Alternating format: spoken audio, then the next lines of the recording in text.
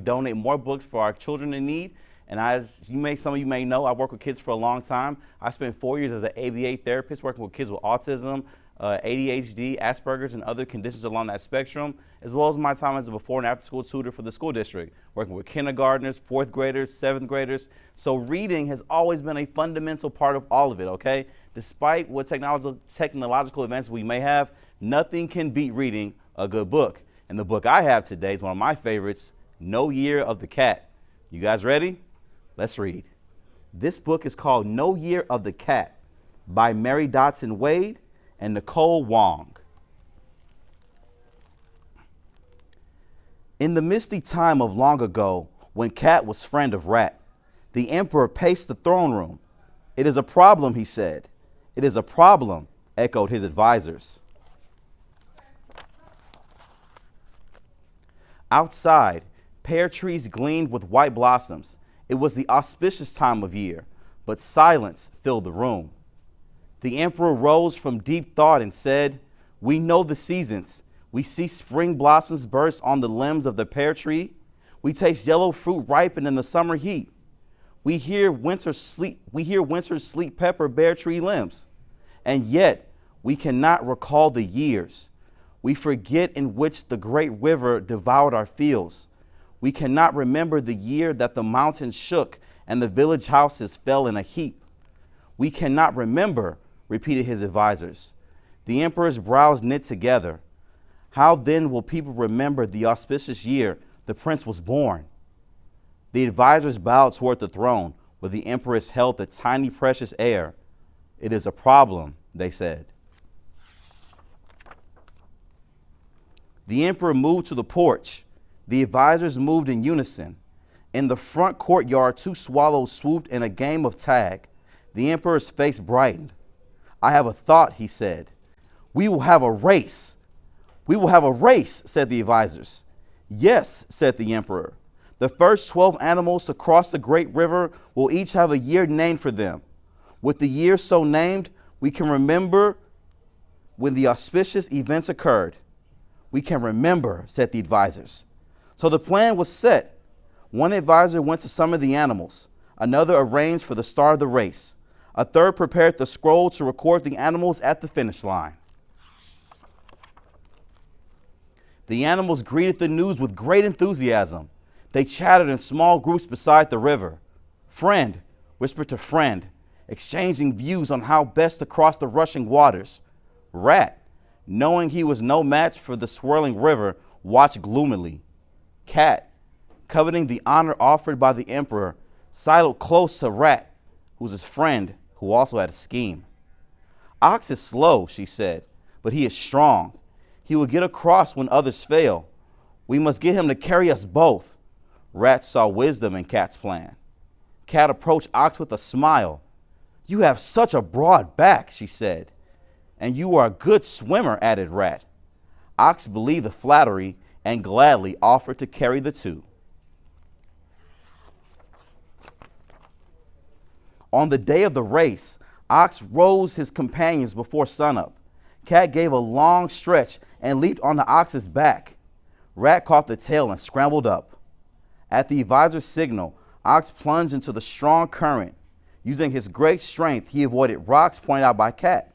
When they reached the middle, Rat saw the other animals were swimming well into smoother water. He feared his chances were slipping away. A wicked thought crossed his mind. "Look," he shouted to Cat, "there is a great fish." As Cat turned to look, Rat gave her a push. Astonished, Cat thrashed about in the water.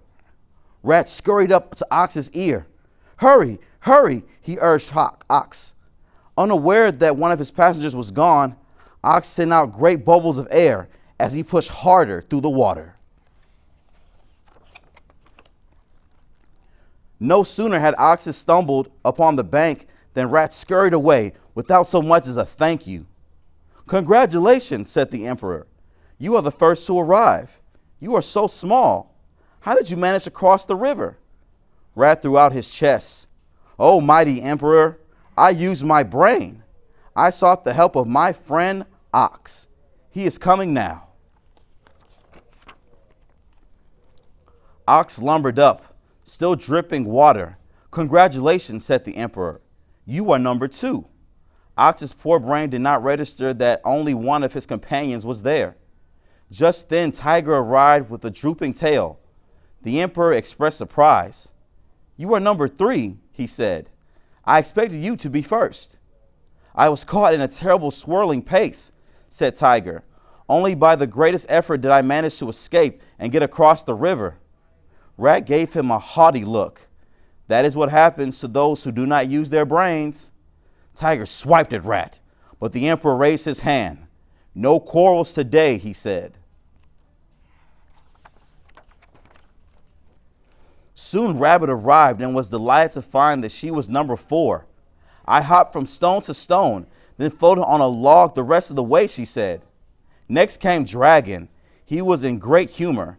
I see 4 here ahead of me. I would have been here earlier, but I stopped to blow rain clouds to help the farmers. Then I saw Rabbit in the river and made the wind push her log. Not only is your kindness honorable, said the emperor, but you have earned place number 5. The emperor had hardly finished speaking when Horse clattered up.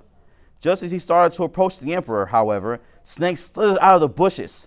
Startled, Horse reared back. Snake slid by and received the next number. Horse appealed to the emperor. Snake tricked me. Do not worry, said the emperor. Snake meant you no harm. After all, she cannot walk or fly. She must slide under things. Horse saw the crowd of animals. Is there still a place for me? The emperor peered at the chart. The scribe will mark you in 7th place. The next 3 animals arrived together. Sheep had recently been shorn of her wool and stood shivering in the breeze. Monkey, always up to tricks, swung by on his tail, greatly amusing the emperor. Rooster could not resist crowing. We found raft at the water's edge, he said. Sheep pushed, monkey pulled, and I flapped my wings. That is how we crossed. And that is why sheep will be number 8, monkey number 9, and you, Rooster, are number 10, said the emperor. About that time, Dog trotted up. He shook, spattering water in all directions. The emperor was puzzled. How is it that you, a good swimmer, are so late? He asked. I wanted to be clean to appear before you, mighty emperor, explained Dog. Quite happy with himself, I washed well in the river. You almost missed getting here, said the emperor, unmoved by the flattery. You are number 11. In the distance, they heard Pig squeal as he hauled his fat body up the bank. He waddled up to the emperor. Such a long trip, he exclaimed. I have had nothing to eat. Surely there must be something here for me. Do you not wish to know whether you are among the winners? Asked the emperor. O mighty ruler, said Pig, I am unable to think of anything else when I am hungry. The emperor laughed and nodded. It is so with me. But to answer the question you did not ask, you are number 12. The scribe put down his brush. All the names were on the scroll. The emperor surveyed the animals. You have done a great service, he said. We can now recall the year of the great rice harvest.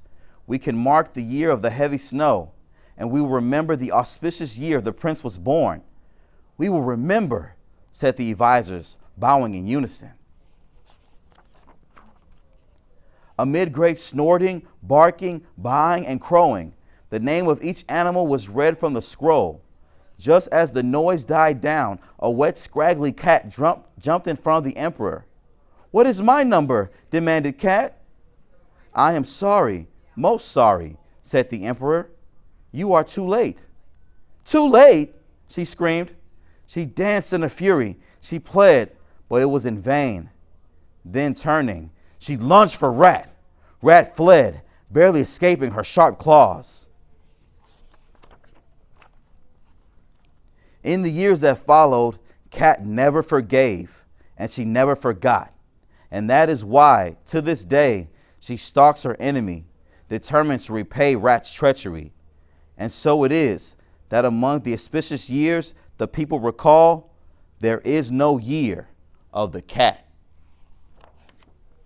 The end. And on the back of the book, which I think is really great, you can see the years in which you were born to see which animal. I'm going to read it off a few to you, okay?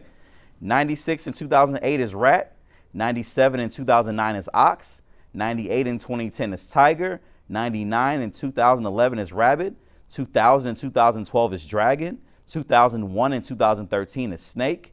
2002 and 2014 is horse. 2003 and 2015 is sheep. 2004 and 2016 is monkey. 2005 and 2017 is rooster. 2006 and 2018 is dog. And 2007, 2019 is pig. And if you're like me and you were born before 96, you feel real old right now, but it's okay. We can Google ours. It's okay. No worries about it, okay? Also, a quick little message we want to remind you guys to help KHOU turn the page on literacy. You can donate a new or gently used book at one of our participating locations now through June 23rd. For more info, you can go to khou.com/turnthepage. It has been my honor to do this live show with you guys. Please remember the info you heard today. Please bring your kids to watch the story time, and we will see you next time. For KHOU, the #1 station in Houston, tell everybody you know, my name is Chinedu. We'll see you next time.